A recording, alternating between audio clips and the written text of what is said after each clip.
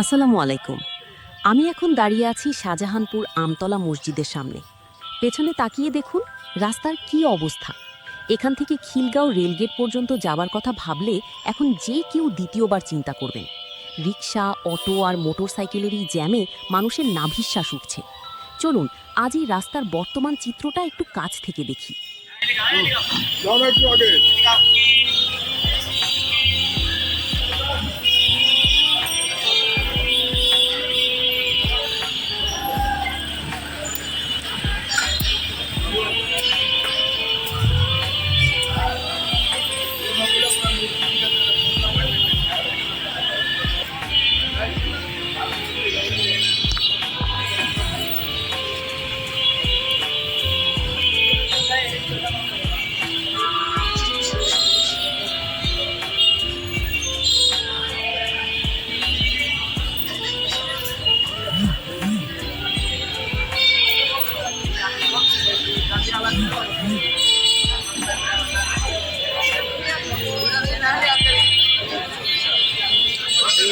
গাজা থেকে বগির গিয়েছে।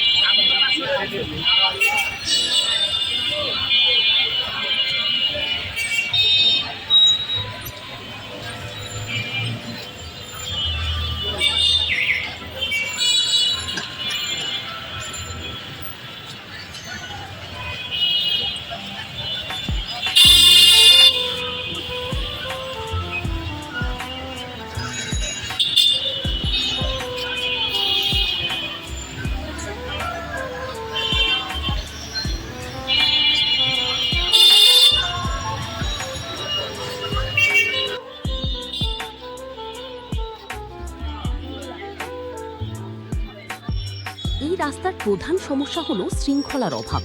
শাহজাহানপুর পার হতেই দেখা যায় শত শত ব্যাটারি চালিত অটোরিকশা। একে তো এই রাস্তাটা খুব একটা প্রশস্ত নয়, তার উপর রিকশার ভিড়ে মোটরসাইকেল চলাচলেরও জায়গা নেই। অনেক সময় দেখা যায় উল্টো পথে রিকশা আসার কারণে পুরো জটলাটা পেকে যায়।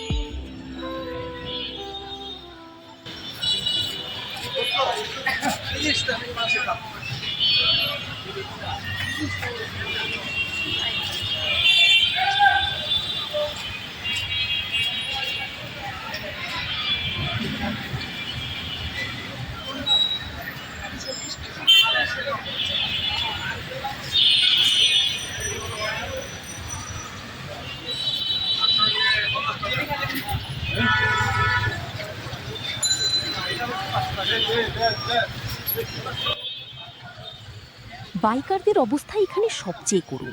একটু ফাঁক পেলেই রিকশা বা অটো সামনে চলে আসে। বিশেষ করে খিলগাঁও ফ্লাইওভারের নিচের এই মোড়টাতে জ্যামটা সবচেয়ে বেশি স্থায়ী হয়। অবৈধ পার্কিং আর যত্রতত্র যাত্রী ওঠানামা করানো, এই হলো এই রুটের প্রতিদিনের গল্প।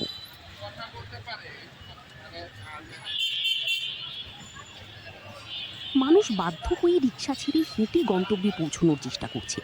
এই গরমের মধ্যে জ্যামে বসে থাকা যে কতটা যন্ত্রণার, তা যারা এই রাস্তায় নিয়মিত চলেন তারাই জানেন। অফিসগামী মানুষ বা শিক্ষার্থীদের জন্য এই রাস্তাটা এখন একটা বড় দুশ্চিন্তার নাম। প্রশাসনের কঠোর নজরদারি আর আমাদের সবার সচেতনতাই পারে এই যানজট কিছুটা কমাতে। যত্রতত্র গাড়ি পার্কিং না করা এবং ট্রাফিক নিয়ম মেনে চললে হয়তো এই শাহজাহানপুর খিলগাঁও রুটটা আবার সচল হবে। আপনাদের এই রাস্তা নিয়ে অভিজ্ঞতা কেমন? কমেন্টে জানাবেন। আজকের মতো এখানেই বিদায় নিচ্ছি। আল্লাহ হাফিজ।